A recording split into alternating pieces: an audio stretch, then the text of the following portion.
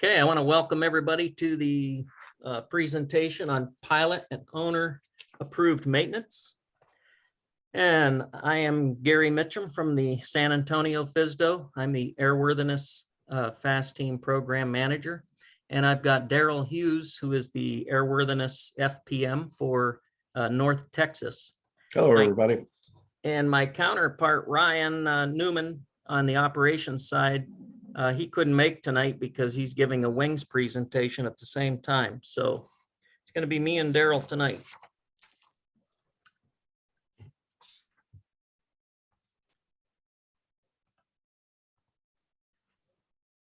If we do have a technical difficulty, if we lose Wi-Fi or something, we're going to try to get the presentation going as quick as we can. Just give us a few minutes and we'll try to work that out.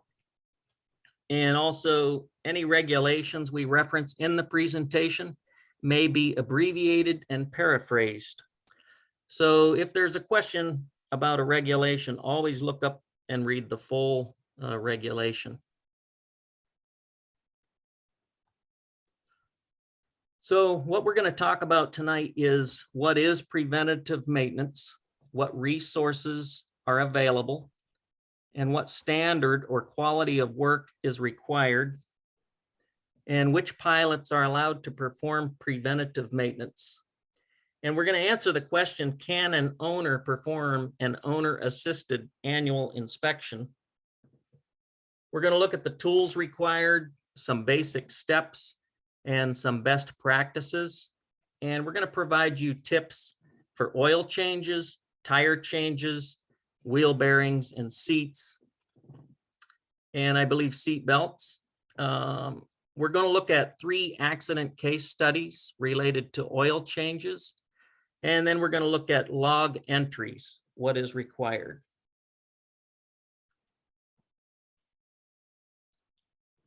So it's best if we start off with the definition of preventative maintenance, and that's found in CFR Part 1. And it's preventative maintenance is simple or minor preservation operations and the replacement of small standard parts not involved in complex assembly operations. And what you see on the right is not preventative maintenance.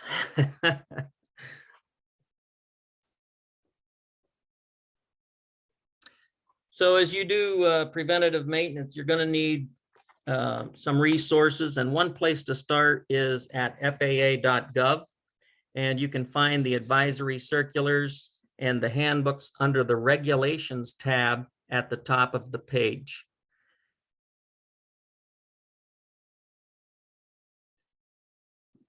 And here's a couple of the handbooks.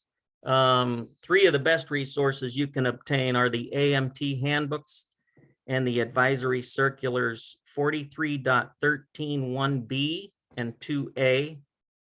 And the handbooks are very good. They're over 600 pages long, and they're filled with color pictures and a lot of great information. But remember, these are references. Don't forget to have the aircraft maintenance manual on hand as well.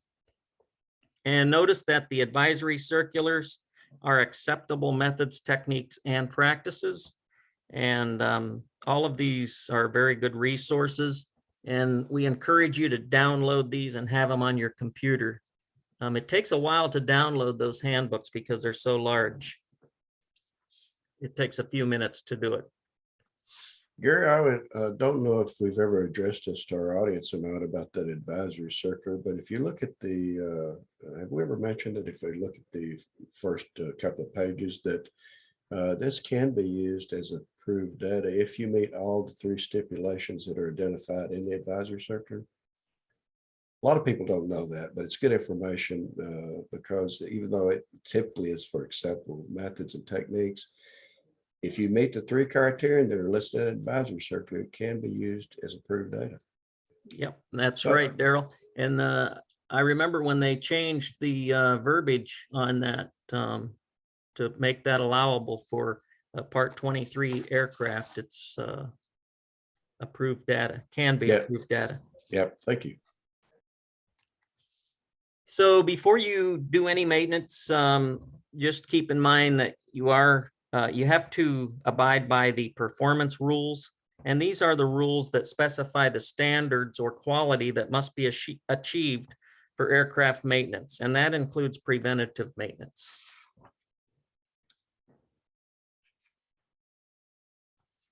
So 43.13, that is the performance rule.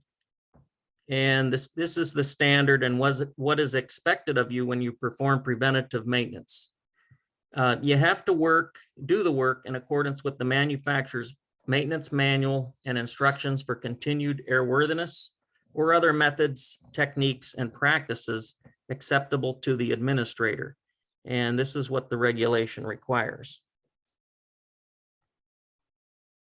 It goes on to say the manner in which the work has to be done and the materials used. The aircraft must be returned to its original or properly altered condition. And this means that you should use the original manufacturer part or an approved or accepted part that is appropriate for the application. So basically no parts from Home Depot or AutoZone, because this would fail the properly altered condition statement.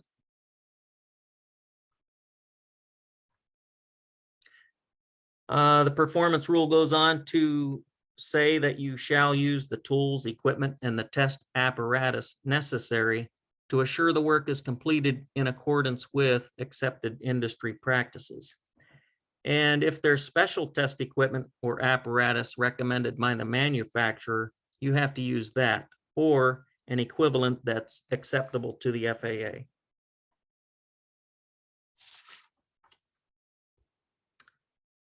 A little disclaimer, it is beyond the scope of this presentation to train you how to do preventative maintenance, but we are going to go over some of the tools required, some basic steps, best practices, so you have an idea of what's involved. And we do realize that, you know, there's many pilots who are very mechanically inclined and do a lot of their own work on their automobiles and so forth. And but we just want to make sure that when you're working on your aircraft, you do it correctly. Use the resources that we pointed out and get trained first. And that's very important. Before you start any project, make a list and do an inventory of what you'll need to finish the job. And this is especially important now with the supply chain problems. I think a week or so ago, we did a presentation on the problems with the supply chain and the hazards that they present to aviation. Another thing you want to ask is, are you up to the task? So you want to look at personal minimums. And I don't know if you've ever seen these little handouts that the FAST team came up with, but these are the personal minimums. On the left are the personal minimums for before the task, and on the right are the personal minimums for after the task. And we just read through a few of those. Do I have the knowledge to perform the task? Do I have the technical data to perform the task? Have I performed the task previously? Do I have the proper tools and equipment to perform the task? Have I had the proper training to support the job task? Am I mentally prepared to perform the job task? Am I physically prepared? Have I taken the proper safety precautions to perform the task? Do I have the resources available? And have I researched the regulations to ensure compliance? So those are some of the things you want to look at before you start the job. And after the job, you want to ask some of these questions. Did I perform the job task to the best of my abilities? Was the job task performed to be equal to the original? And that's going back to the performance rule. Was the job task performed in accordance with appropriate data? Did I use all the methods, techniques, and practices acceptable to the industry? Did I perform the job task without pressure, stress, and distractions? Did I re-inspect my work or have someone inspect my work before return to service?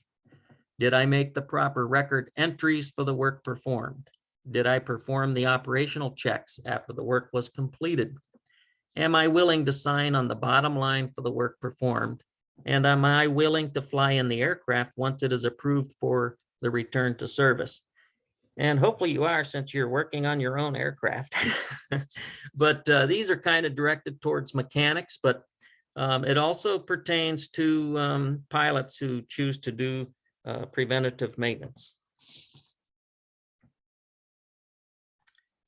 Part 43 3G gives approval to certain pilots to perform preventative maintenance, but the aircraft must be owned or operated by that pilot.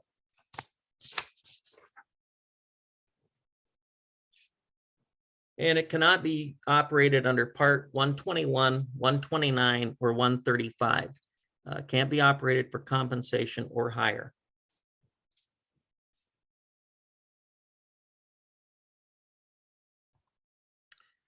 Here are the 6 types of pilot licenses: student, recreational, sport, private, commercial, and ATP. And none of these can perform maintenance without supervision. Remember, there's a difference between preventative maintenance and maintenance. There's 2 definitions for those 2 terms. And none can perform an inspection at all. And but some of these can perform preventative maintenance without supervision and return the aircraft to service. And 43.3G is not entirely clear on which types of pilot certificates are required. But when you look at 43.7, it does specify who can return an aircraft to service. And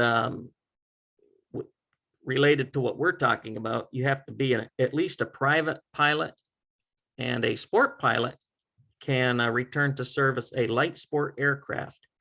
And the aircraft in both occasions has to be owned or operated by the pilot. And the person making the logbook entry must be the same person that performed the maintenance. So this eliminates recreational pilots and student pilots because they can't return the aircraft to service, so they can't do the preventative maintenance. But a private pilot can. They have to own and operate the aircraft, and it can't be used for compensation or hire. No charter operations.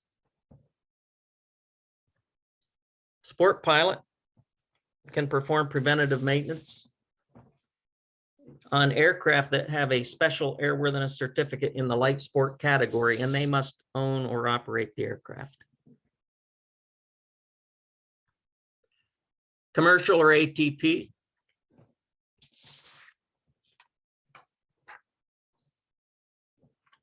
Again, they must own or operate the aircraft. And there are some special exceptions in the regulation that allow a Part 135 certificate holder operating rotorcraft or 9 or less passenger seat aircraft to allow their pilots to perform some preventative maintenance on the certificate holder's aircraft. You'll have to look up Part 43.3 for complete details, but there are some pretty strict restrictions on that.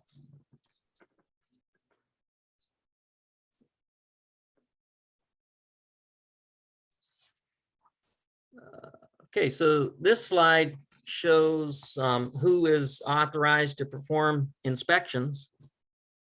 And 43.3 tells us who can perform inspections. And it's further defined under Part 65, which defines the privileges and limitations of the certificate. 43.7, as we stated earlier, defines who can approve for return to service. So an annual inspection can be done by an A&P with an inspection authorization. A 100-hour on airframe or appliance can be done by an airframe mechanic. A 100-hour on an engine or propeller can be done by a power plant mechanic. And so we have a question on the screen. Can an owner perform an annual inspection if he is under the supervision of an A and P with an IA, and the IA signs it off. So give you a few seconds to contemplate that. And the answer is no, because it is prohibited by 43.3D. The owner can be present and can assist, but the inspection itself must be performed by an IA for an annual or an A and P for a 100-hour inspection. So I am going to turn it over to Daryl now, and he is going to start talking about the 31 preventative maintenance items. Go ahead, All Daryl. right. Well, thank you, Gary.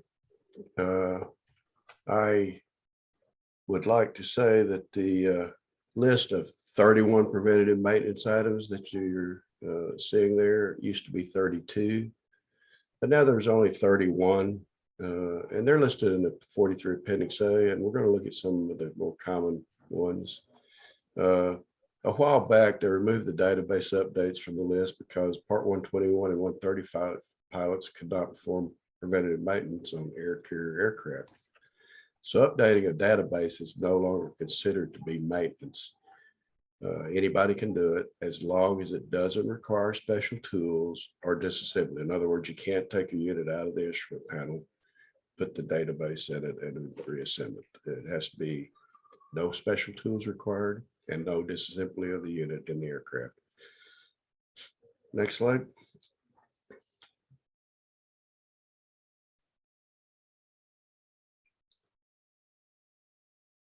Before you do preventative maintenance on your aircraft, you should be trained on the work you plan to do. You're going to hear us say that multiple times in this presentation this evening because it's so important, not only for you to do it properly, but for you to do it safely and ensure that when it's operated that you're not going to run into any problems. A lot of people don't understand that a certificated mechanic cannot even supervise maintenance, preventative maintenance, or alterations in return to service to an aircraft or appliance or part unless he himself has satisfactorily performed that work concerned at an earlier date. In other words, he can't just go out and do something he's never done before. If he hasn't done it before, those privileges and limitations under 6581 clearly specify that even if he's rated to do the work, he does not have the privilege to exercise that unless he shows the administrator, which is an ASI or a certificated mechanic or repairman who has the experience with the same specific operation concern, that he's able to do the work. A certificated mechanic may not exercise the privileges of certificate and rating unless he understands the current instructions of the manufacturer and the maintenance manuals for the specific operation. So there's 3 requirements there. The mechanic, even though he's certificated and he has an airframe or power plant mechanic, unless he's done the work previously and he understands the instructions in the maintenance manual and the current instructions of the manufacturer, he can't even do the work and sign it off. I think that's pretty unique and something that goes under the radar sometimes. Next slide, Gary. Okay, here we are on the repair of landing gear tires. Because Appendix A lists tires as preventative maintenance item. Just make sure you do not have to remove and reinstall a brake assembly that requires a complex operation. Once you get into completing maintenance that is considered complex, you fall out of the preventive maintenance arena. It falls into the maintenance arena and has to have a proper certificated individual to do it. This Cessna brake seems pretty simple, but it can turn into a can of worms if you are not familiar with removing brake calipers. Always reference the aircraft maintenance manual, and even if the resources and some of the resources mentioned earlier, they all talk about this particular preventative maintenance task. Better yet, as part of your training, if you've never done it before, have your MP train you before you attempt to do it alone. There's nothing wrong with not ever having the experience to do something. We all have to start somewhere, and getting the help of a qualified individual that you trust can go a long way towards your furtherance of your experience and level of confidence in the work that you perform. We all know that the longer you do something, the more comfortable you get with doing it, and the better off and the better you're going to perform that task. So make sure you have all the experience, the training, the required tools that's required to do the job. Because this is one of the performance rules that Gary spoke about earlier. Next slide, Gary.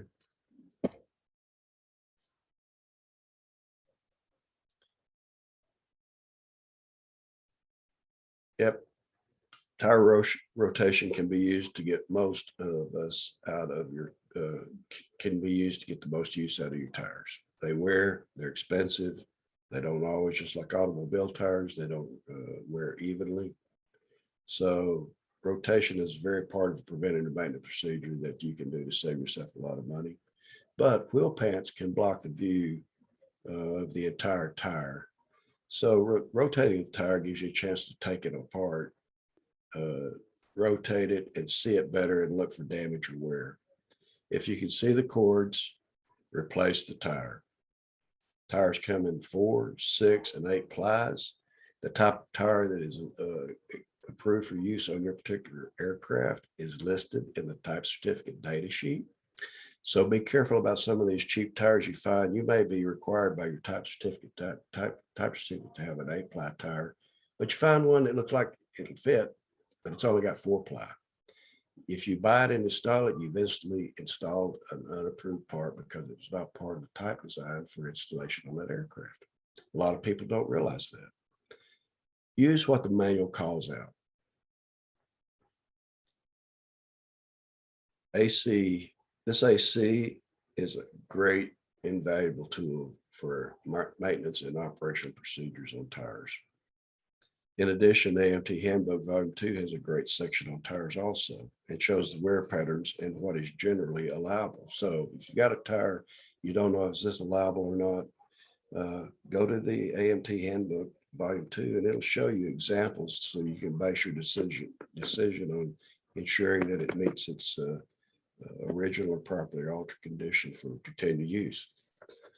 Of course, always start with aircraft maintenance manual, no matter what you're doing.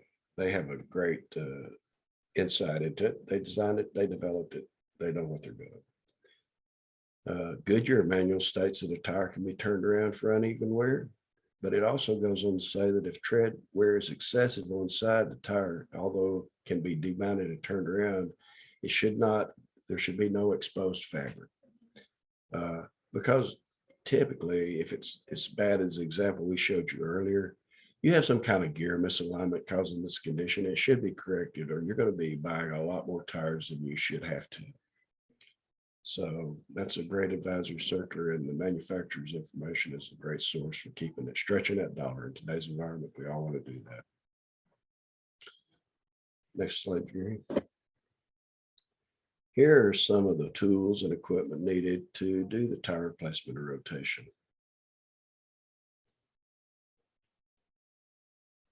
As you can see, preventative maintenance can save you money, but it's not cheap once you start getting into the investment of the equipment and tooling that it requires to maintain your airplane yourself.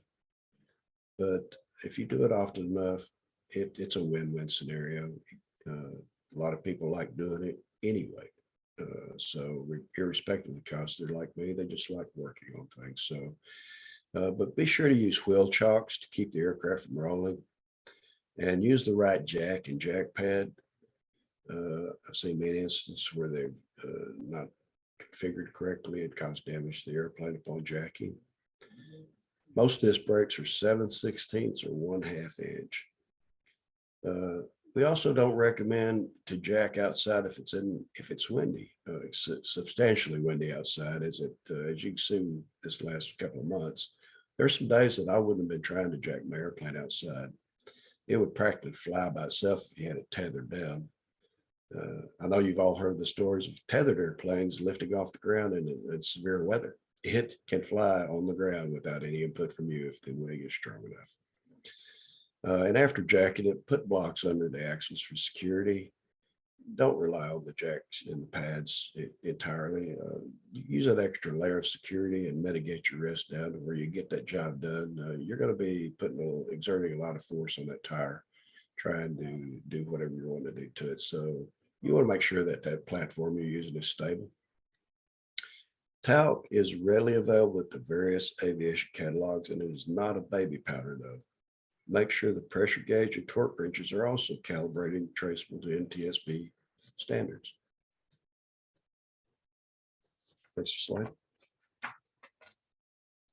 Once again, it is just beyond the scope of this presentation to train you how to replace or rotate your tires, but we will review the steps involved. Ask your A&P mechanic to train you and demonstrate how to perform the task. It's best to do it under supervision the first time or two. Can't say that enough. If you've never done it, the basic steps are shown here. The picture on the right shows what can happen if you don't jack the aircraft properly. And I've actually seen that happen. And you talk about some big bucks when you let a jack go through a structure on an airplane and get into the integral structure of the wing or the airframe, you're going to be crying. So it's just best to be safer than sorry, as the old saying goes. But these are some basic steps that we will promote to you for doing the tire replacement or rotation and jacking the airplane. Next slide.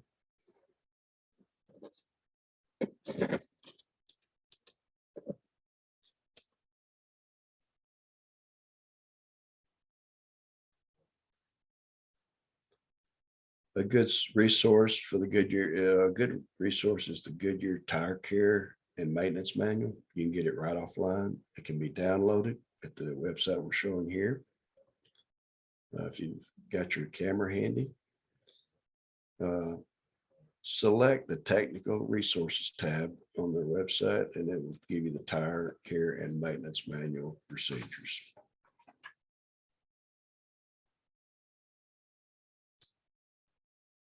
Next slide. So let's put it back together. To reassemble it, talcum powder reduces the effort that you expend and helps the process greatly, because it helps the tube fit to the inside of the tire and might help avoid pinches or folds. I'm sure you've all in some experience in your life, if you've worked on anything at all that involves tires and tubes, that you can pinch it and fold it. Pretty soon you've got a useless tube. So lubricate the inside of the tire with talc and remove any stickers from the inside of the tire. And you can use denatured alcohol for cleaning it up if necessary. But partially inflate the tube to slightly round it and then put the tube inside the tire. That gives it a better chance of conforming to the contour of the wheel and not creating any problems as you continue with your assembly. Be sure and align the valve of the tube to the red balance dot on the tire. They're there. A lot of people have probably seen them and they didn't realize what they were for, but that's exactly what they're for, is to help keep that tire in balance as it's mounted. You put the wheel halves together around the tire and bolt the halves together and torque the bolts. Install the wheel tire assembly in the axle. And if you want to repack the bearings, that's fine. I would suggest that you do so if it looks like they're in need, because we're going to talk about the lack of lubrication on bearings here in a little bit. And an ounce of prevention is worth a pound of, as the old saying goes. It's worth its weight in gold to go ahead and take care of those preventative measures and your preventative maintenance actions. Be sure and install a nut and a new cotter pin. Cotter pins are not expensive. They're cheap, but if they're not used properly, they can create problems. And always insert it from the top to the bottom. That sounds simple, but if it's inserted that way and it happens to break, that you have a better chance of the pin being held in by gravity until you can get it addressed. Go ahead and reinstall the brake pad and pads and torque the bolts. Inflate the tire to specifications. Using shop air if that's what you got, but if you get a hold of nitrogen, that's even better. Nitrogen and temperature work well with each other, and you don't have the variations and the limitations of the pressure on the tire. Some of you may have remembered the AD that came out with the Learjet. It was because of the tire pressures in the tire vary substantially on the takeoff and landing rolls. Lear largely addressed that by requiring until they could figure out how to fix it. It was every 60 days they had to check tire pressure in their tires, and they eliminated that substantially by introducing a requirement for nitrogen. Use a cage and never service a tire without a pressure regulator in the line, because you want the regulated supply of the line to be no more than 50% higher than the tire service pressure. That's just a safety issue. And you do not want to inflate a tire above rated pressure to seat the beads. That's not appropriate. It's not applicable, and you won't find it in any manufacturer's manual. Goodyear recommends a 12-hour stretch period before putting a new tire into service. I didn't realize that myself, but it's good info. Next slide, Gary. So anytime you're doing preventative maintenance, make sure you inspect the items you're working on to identify any defects of non-airworthy items. These pictures are from the AMT Handbook, Volume 2. The tire was damaged due to application of brakes during landing. The AMT Handbook has a lot of information on tire wear and some good pictures. Even though inspection is considered maintenance, not preventative maintenance, the inspection you're doing is here just as a best practice, and it's not an inspection maintenance record entry. You're just doing an inspection as a best practice to identify potential hazards and to get them corrected. So that's not contrary to what we've told you earlier about you're not allowed to do any inspections as part of preventative maintenance. You can inspect the crap out of the airplane. You just did not. You're doing it as a best practice to identify a potential hazard, but you are not actually making a record of that inspection as a maintenance record entry. Fine nuance there, but it's important to point out. If in question about the airworthiness support, consult a certified mechanic before reinstalling it. Goodyear does not recommend reinstalling a used tube, and it's not because they just want to sell more parts. If you're replacing a tire, replace the tube as well as a best practice. As always, the aircraft maintenance manual takes precedence. In this example, the tube has taken a set to the tire contour, as you can see in B and C there. It should not be used. The set is actually a wear point on the tube, and that the set is not as in conformance to the natural contour of the tube. So that's why they require or recommend that you change that. And why wouldn't you? Why put a new tire on an old tube when set it, forget it, move on down the road. You got better things to do than working on your airplane constantly. Next slide, please. Be careful removing the valve stem, though. The pressure inside the tube can propel that valve stem at you like a bullet.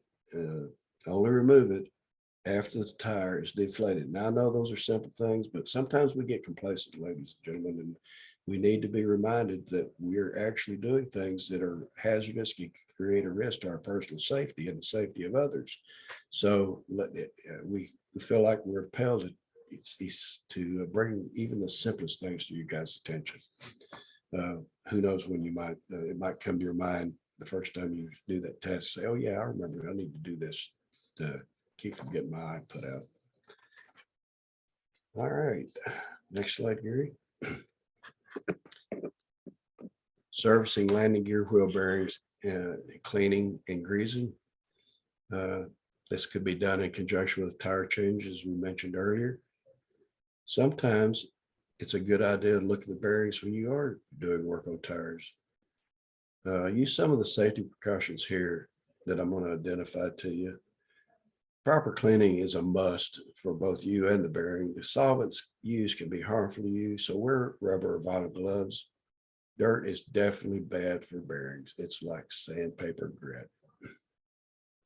Also, you may have seen people testing the bearings by spin drying them with compressed air if they're clean. Don't do that. Because any embedded anything in contamination that's in that gear will the high spinning from a compressed air will only cause more damage. So do you know how to properly examine the bearing for serviceability? Look for overheating, primarily, and spalling. Always change bearings and races as a set, because I'm going to show you later how not changing races as a set is a disservice to the maintenance you're performing and is going to create premature failure later on down the road. A lot of wheels get damaged while trying to replace the race. So it's nice to have the kit shown as shown here in the right, and it makes the job much easier. And it only costs about $60. Used to, it might have went up a little bit in our current environment if you can get it. Remember, we said to do an inventory before you start the job as part of your personal minimums checklist. So don't forget to take an inventory of both your time you have available to complete the job and whether or not you are planning a trip the next day, because you may have just bit off more than you could chew, and whether or not you know it, you may have just stranded yourself for a while because of the inappropriate planning and taking inventory of your available time. And as far as grease goes, there are as many as there are manuals to print them in, because no two greases is the same. Be sure and check the manufacturer's recommendations for grease and lubricants of any type as far as that's concerned. Remember that aircraft are exposed to a lot of environmental changes in one flight that a car may not see. Obviously, extreme cold and altitude, also possibly higher speeds than most cars. So what about repacking the bearing? Do you know how to properly do that?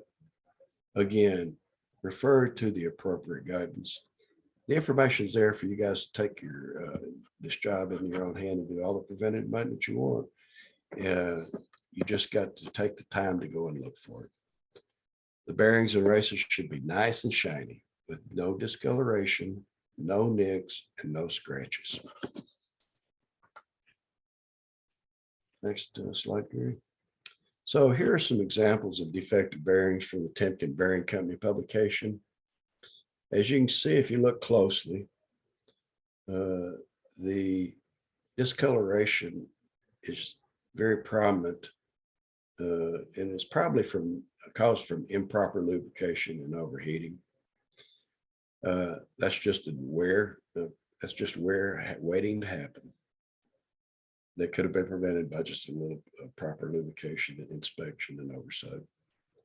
So let's look at the next one. Here we see damage from mishandling or bad install and removal technique. If you drop a bearing, it could very well be damaged. If you use the improper tool for removal or installation of races, it can cause damage. If you overtorque the nut, it can cause damage. So here's 3 instances where, as you see by the what he's put in the slide here, of 3 different ways that these bearings and races can be damaged. The one on the far right hand, somebody tried to drive that race in with it looked like maybe an undersized socket or something, and they indented it, and now they have a cut face denting that's going to wear on that roller bearing every time it passes that surface. So let's go to the next one, Gary, and see what some more. This is very detailed, and I'm going to give you guys a chance to read each and every one of these, because this is the magnitude of the problems that you can create in bearing maintenance, or bearing lack of maintenance, as I should say.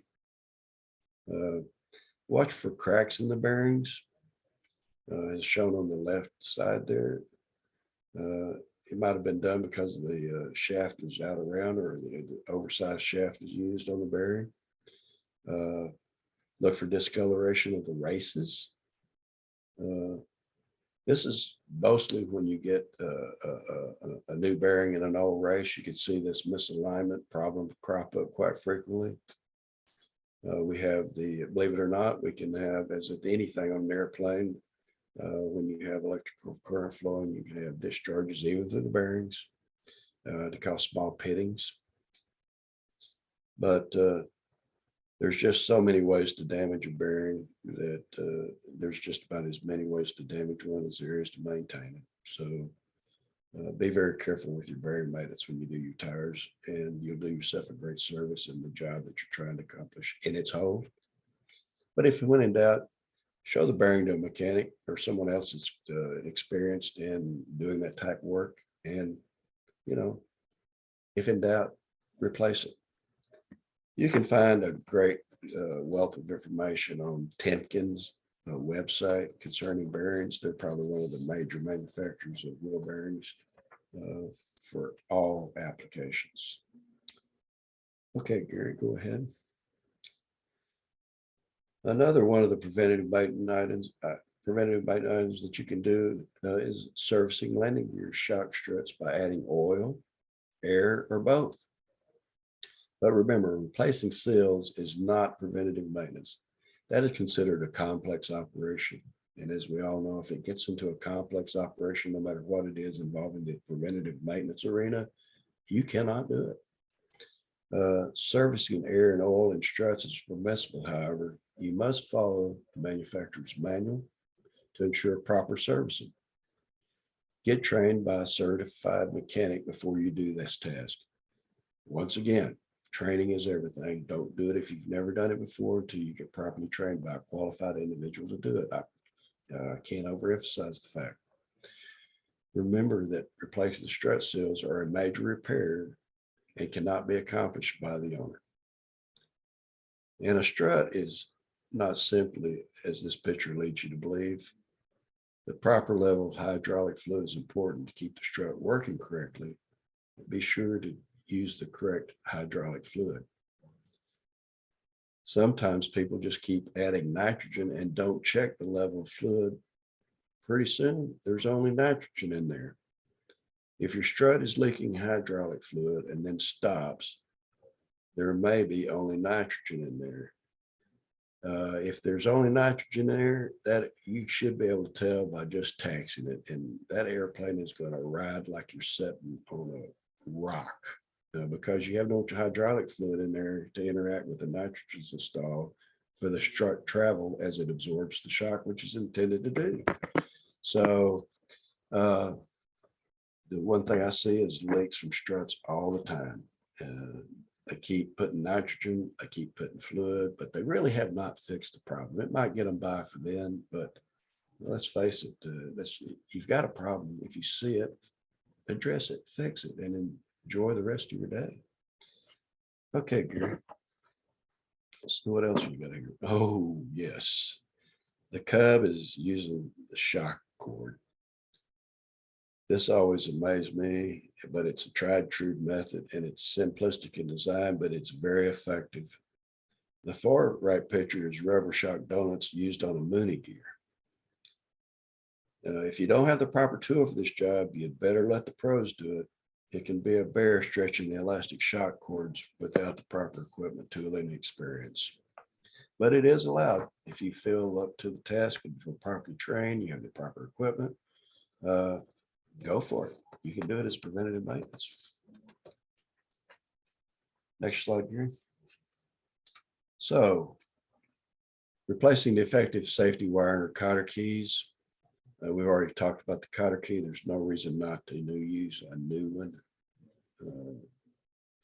as opposed to trying to cobble together a preventative maintenance action with an old one.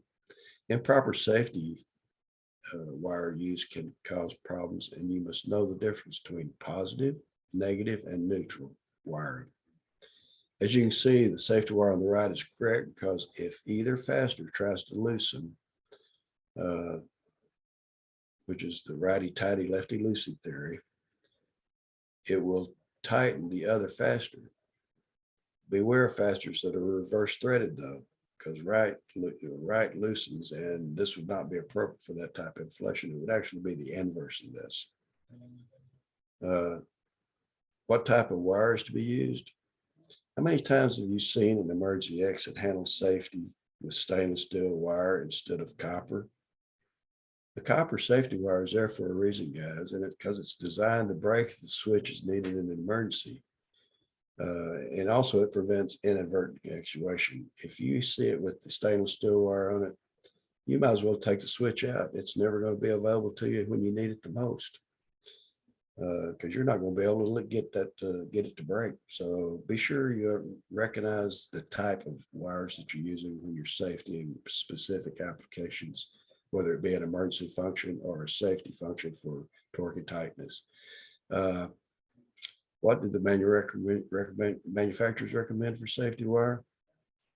And the material and the size, it's in their manual for the specific product you're working on. But I can tell you that common sizes are 020 and 032, 20 and 32 thousandths industry standard, and it's what most manufacturers use, but be sure and check your manual. You can't hardly do this job properly without safety wire pliers.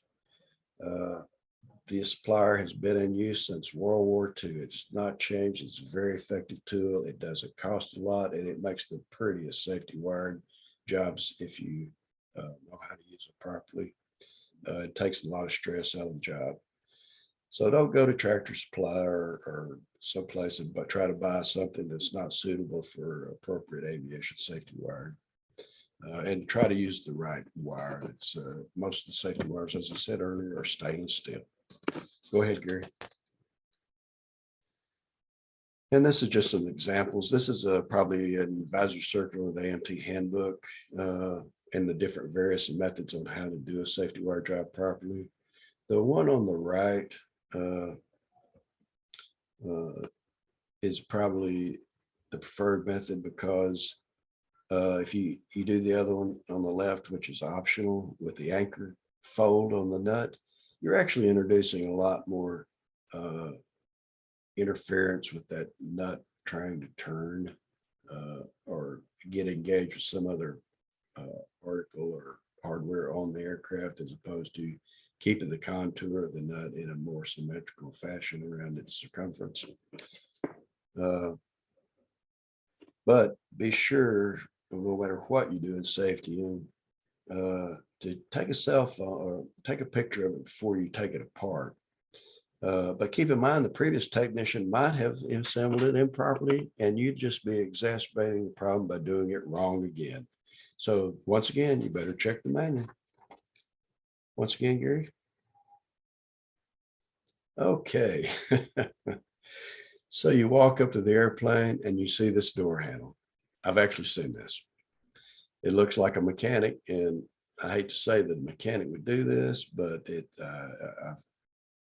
looks like somebody decided to attach the door handle with safety wire. This is not the approved attachment hardware called in the aircraft maintenance manual, which, as we know, is part of the type design. So what about the condition for safe operation? Yes, it is probably safe to operate, but is it airworthy? Remember the two elements of airworthiness. Conforms to its type design and is a condition for safe operation.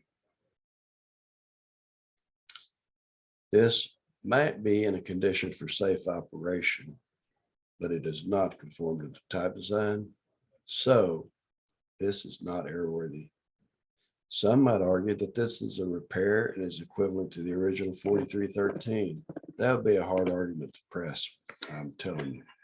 Remember, repairs and preventive maintenance have to return an article to its original or properly altered condition. And the aircraft maintenance manual and the illustrated parts catalog for the aircraft as part of the type design would be the standard for that original determination, and would also be the basis for the properly altered condition without further approval proof data to use something other than what it calls out for. But if this were not the standard for original and properly altered condition, what would stop mechanics and owner pilots from using other parts or hardware they deem as equivalent? So you have to have that standard. For example, can they use a nail in place of a cotter key? Certainly, a nail is probably as strong as a cotter pin, but it is not what the manufacturer designed and submitted to the FAA for the type certification. Here is a cotter pin and a door hinge. The same principle applies.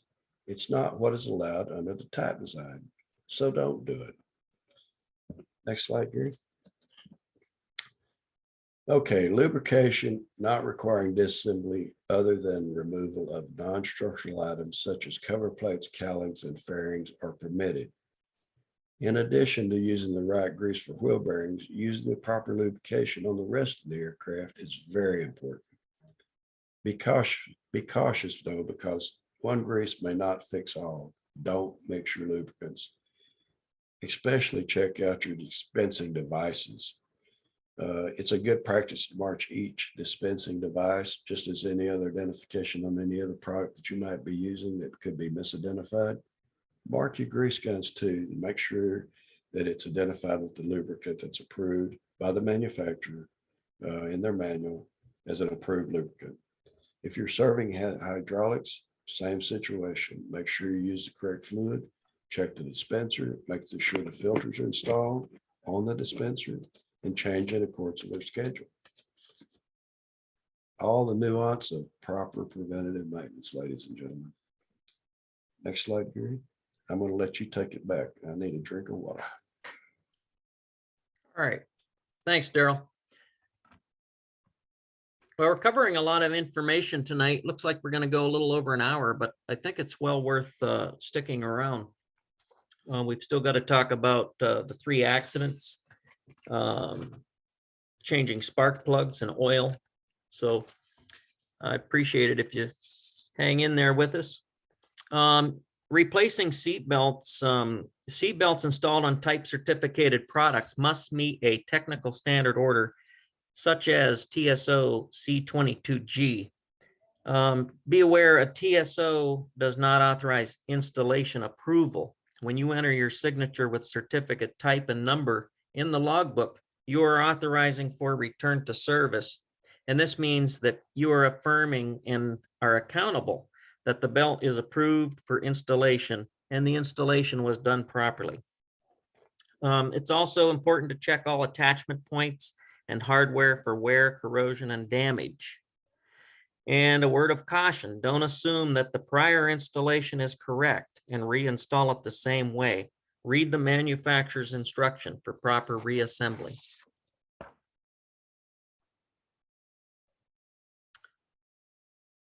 Replacing a seat is permissible if it doesn't involve complex disassembly of any primary structure.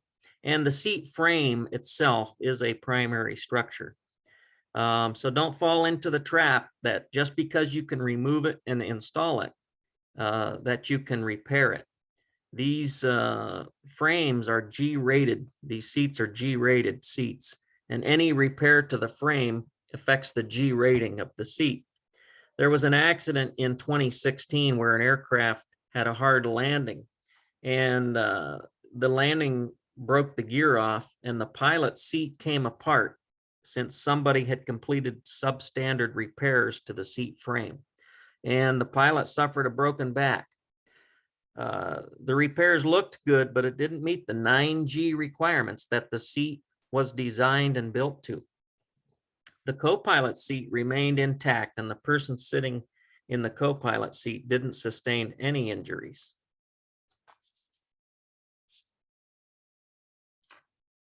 Part 43, Appendix A lists repairing upholstery and decorative furnishings of the cabin cockpit.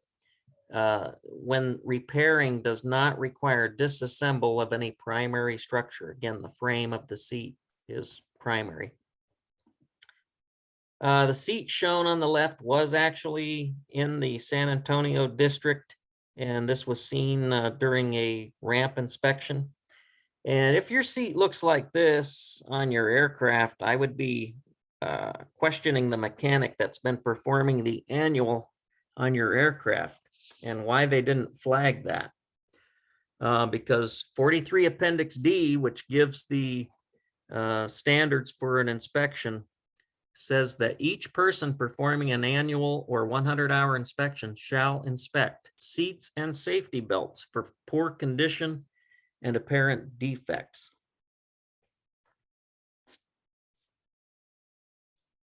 The seats on the right are nice new upholstered seats. And just keep in mind that that material has to meet Part 23. In this case, it's from a Part 23 aircraft. And the regulation is 23.853 for fire resistance criteria. So you're probably not going to find that material at Joann's Fabrics. Another one of the 31 preventative maintenance items is replacing bulbs, reflectors, and lenses of position and landing lights.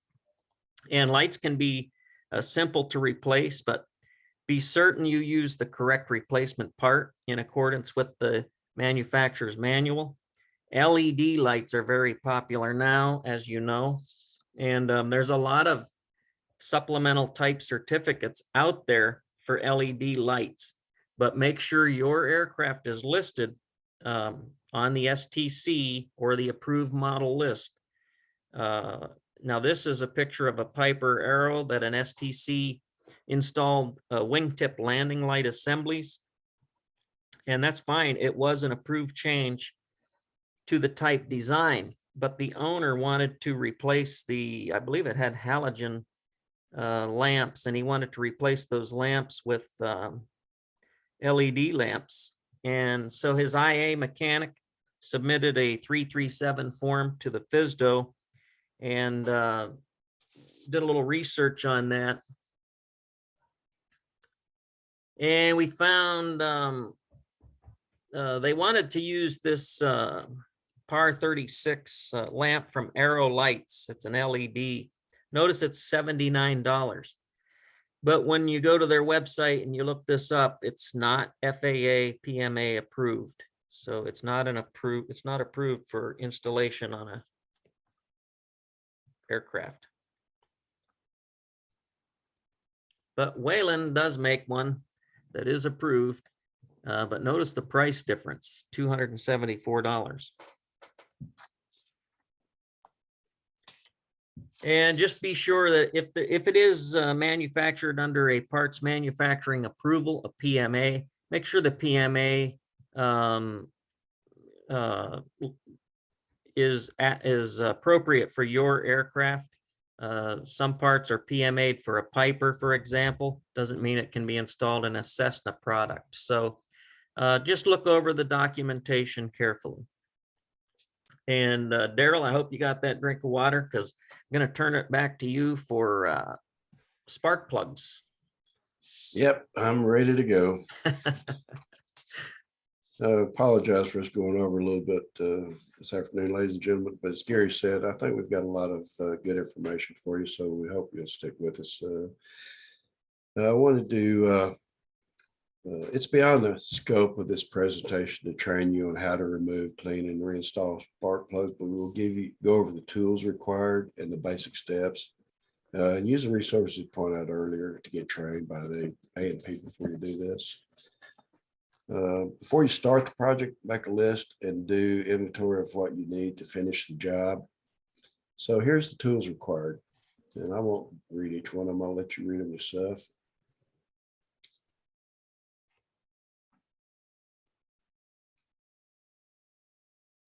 New gaskets. New gaskets or a torch should have a couple of new gaskets on handy. If you intend on annealing the gasket, you might find one that's cracked and you'd be grounded. So gaskets are cheap. I recommend just buying new gaskets. The annealing process is acceptable, but it's spending hours to save a couple of pennies. Go ahead and finish that tool required out. List out Gary. There you go. Now, if you, we're going to show you all these tools required, but in a specific given task, the manufacturer will also, in their maintenance manual, tell you what tools are required. So this is just a general synopsis of what is typically required to do this type of work. Go ahead and 47 it. Next slide. And here are the basic steps for removal, cleaning, and gapping.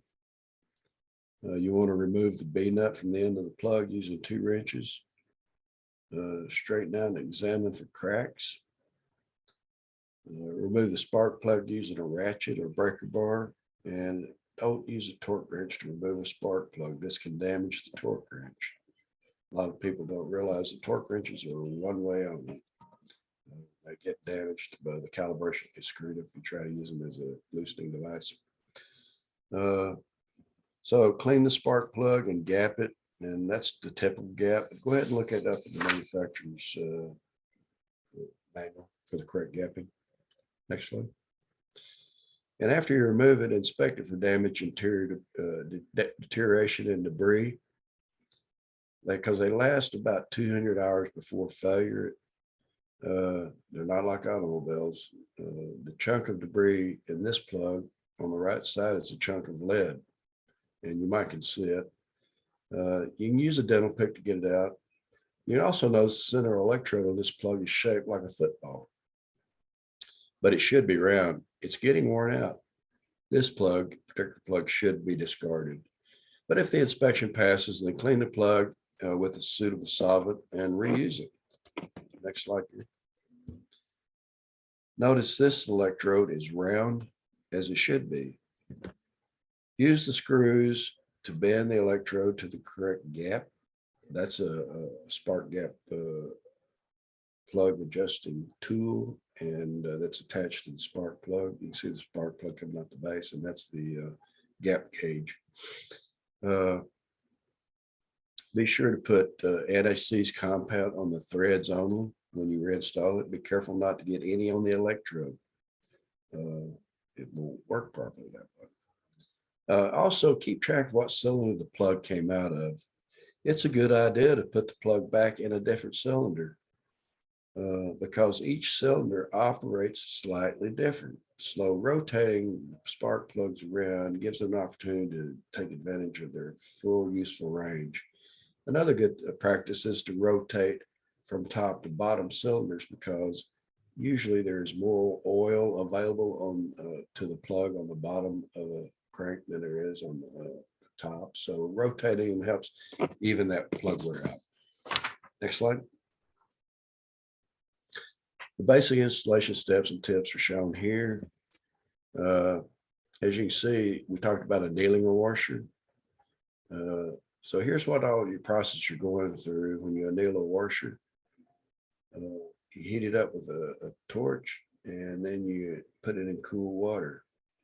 And the reason you anneal it as opposed to replacing it is maybe you don't have one and you just need to get it back together in its properly altered condition.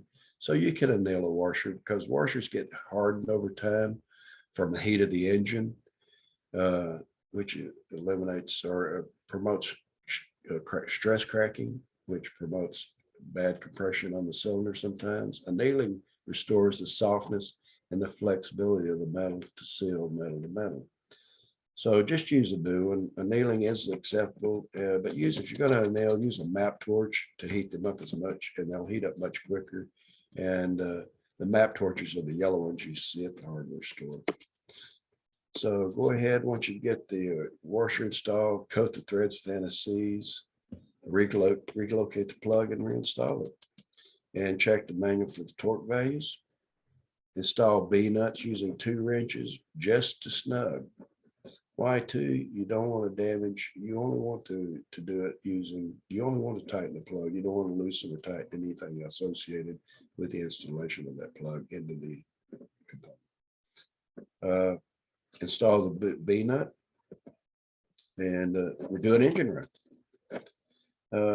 And while you're doing the engine run, everybody knows that you do a mag check and you check for proper RPM drop.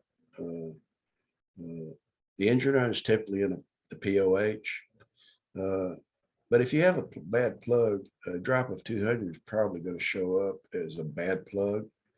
So run the ignition on the ignition setting with the bad drop for a few minutes, and after shutting it down, go out and do a cool cylinder check with either the thermometer or your hand, and it'll show where the bad plug is.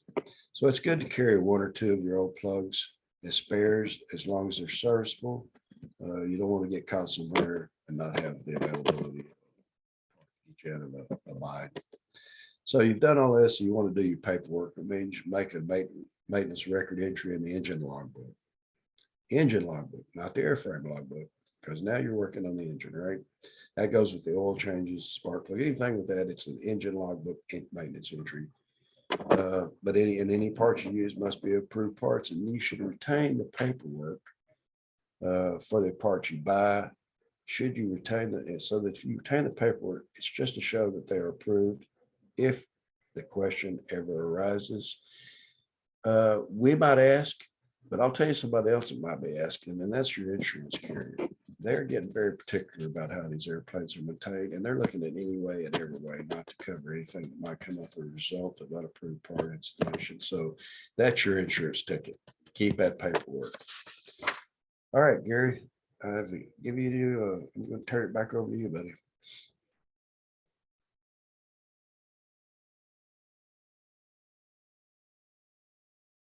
Okay, thanks, Daryl. Appreciate that. Yeah, we're not too far from the end. No, we're getting there. And we saved the best for last, the oil changes, which is probably one of the most common things that pilots will do. Oil and filter change. Before you do your own oil and filter change, let's look at a couple accidents related to oil changes. So here's a Kit Fox that crashed because the wrong oil filter was installed. It was powered by a Rotex 912 engine. There's a picture of the engine blown apart, and you can see the filter on the right. And according to the NTSB, they determined the probable cause of the accident to be a total loss of engine power due to the installation of an engine oil filter that did not meet the engine manufacturer's specification. And that filter, it didn't properly fit the oil filter mount. It lacked a bypass valve, a pressure release of the bypass valve. It lacked an anti-drain back valve and the proper amount of filter matting. Next accident is related to the oil cap or oil dipstick. There's been a lot of accidents, believe it or not, caused by failure to tighten the oil cap. And here's an accident caused when the pilot did the pre-flight in the morning, and he failed to secure the oil cap. And over the next 10 flights that day, oil leaked out and the engine seized. The pilot wasn't completing pre-flights after the first pre-flight that he did. He never did another pre-flight. The NTSB said the root cause was the loose oil filter cap.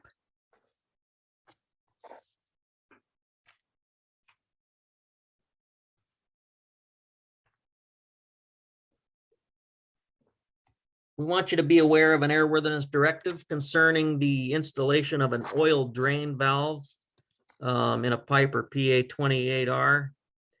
And this AD 81-1102 required the installation of a couple warning placards that, and there's the caution: unapproved oil drain valves can cause inadvertent draining when the gear is retracted. They want you to use only the Piper approved part. This went for 39 years, this aircraft, and nobody caught that the AD had never been accomplished. Those placards weren't there. It was missed by both owners and IAs for 39 years. Now, an IA installed the wrong valve during installation. You can see the correct valve on the left and an incorrect valve on the right. And notice the the length of the valve is much shorter on the Piper product. The IA replaced the oil drain during an engine annual inspection, and he installed the Curtis quick drain. And even though it was a mil spec drain, which is an acceptable part, it wasn't appropriate for this aircraft. So even though a part might be an acceptable or an approved part, it doesn't mean it's appropriate for a particular application. Here's the log entry that the IA made. The oil valve stuck open during the oil change, so he installed a new one and verified the clearance with the landing gear during retract tests. Even though he did that, an aircraft on jacks versus in flight, there is a difference. And so here's a picture of the damaged valve. The nose gear bent the valve and caused all the oil to leak out of the engine. So Daryl, I'll turn it over to you. If they want to do oil changes, you can take them through that process. Okay, well, here's are the tools you'll need. They're quite simple, but as again, the manufacturer's manual will call it the specifics of what you really need to do the oil change in your product. Because oils and filter changes are allowed as preventative maintenance, and they're done as recommended by the manufacturer, normally every 50 hours or 4 months. And if you've changed your car or lawnmower oil, you can probably already have the experience to do it. Just remember you're working on a plane and not a lawnmower. So what are some of the steps when you drain the oil? It should be warm. That carries a lot of the contaminants out of the engine. You catch it if you're going to perform an oil analysis, but follow the instructions in the oil analysis kit. It doesn't do you any good to get your oil analysis if you haven't properly collected, you've contaminated prior to giving it to the entity for testing. It's a good idea to drain your oil overnight. Depending on how the filter is mounted, you might want to poke a hole in the top of it and allow the oil to drain out better. So remove it the filter with a breaker bar if necessary, but good luck if the last mechanic over torqued it. This is an automotive filter that you saw that was over torqued, and it looked like someone had drive a screwdriver through it to remove it. Done it, been there. It can be over torqued in a heartbeat. That 1/3 turn is all you need. Here are the guts of an oil filter showing the components. Yep, and that's and then the next picture that you're going to see.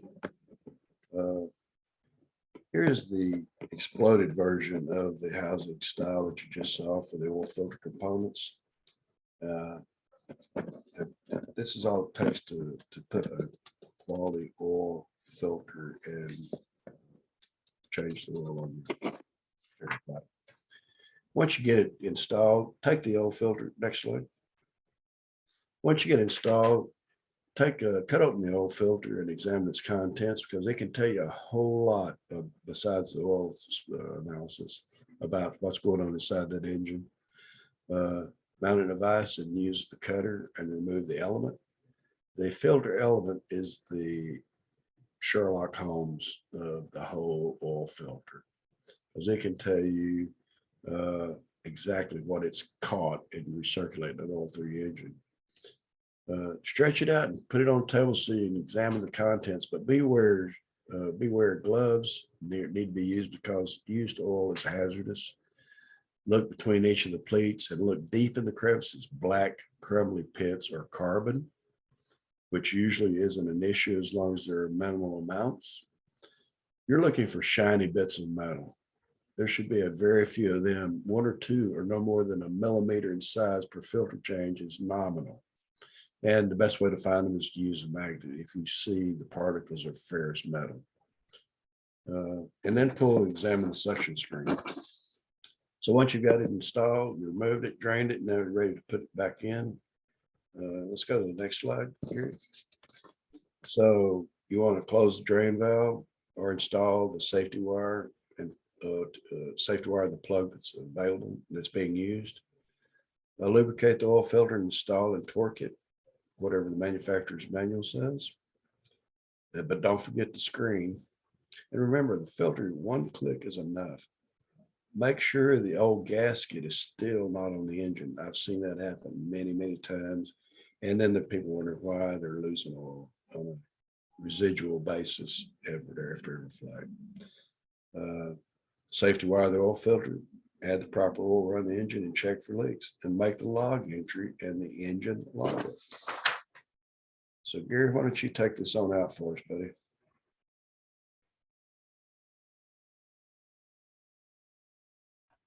All right, thanks, Daryl. So the log entry, make sure you, whenever you're making the log entry, make sure you get it in the right book. And the requirements for your log entry are a description of the work performed, the date the work was completed, the name of the person who performed the work, and the signature and certificate number of the person approving the work. And remember, you're only approving for return to service the work that you performed. And there's the regulation. Here's a log entry for an oil and filter change. This looks like it has all the elements that we just looked at. And that would be the pilot's certificate number. So let's summarize what we covered tonight. There's many maintenance, preventative maintenance operations that can be conducted, and we only covered a few. Well, we covered more than a few, but we didn't cover all of them tonight. And remember, certificated mechanics aren't allowed to perform a job for the first time solo, and neither should you. So we recommend that you get trained before you do the job. Never perform a job without studying the maintenance manual for that item. Don't forget your personal minimums and do an inventory. Make sure you've got the tools and all the materials you'll need. And lastly, don't forget the paperwork. If you have any questions, you can type it into the chat. You could also take a picture of this screen and email Daryl or myself, and we will try to get you the answer. And if we don't know the answer, we'll find somebody that does. And I want to promote our Wings Pilot Proficiency Program on the next couple of slides.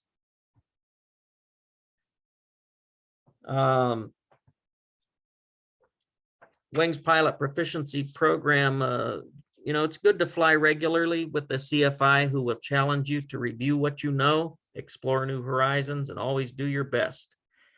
You'll have to dedicate time and money to your proficiency program, but it is well worth it for the peace of mind that comes with confidence. And make sure that you document your efforts in the Wings program.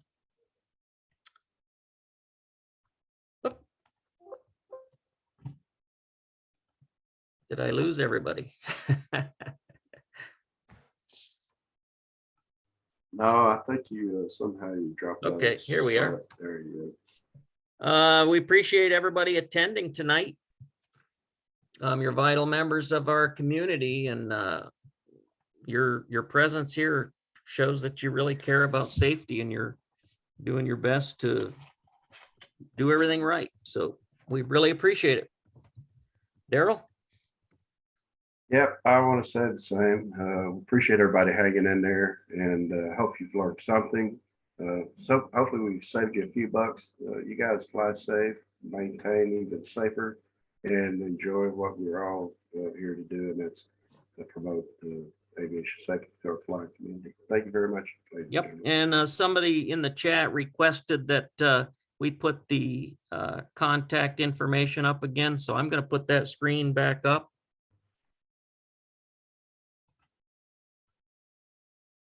Case I'll leave it up there for a minute or so, and then I will stop the meeting, but appreciate it. Good night, Gary. Great job, buddy. Night, Daryl. Appreciate the help. Not a problem. I'm going to go ahead and stop the recording. Is that all right with you? Cool.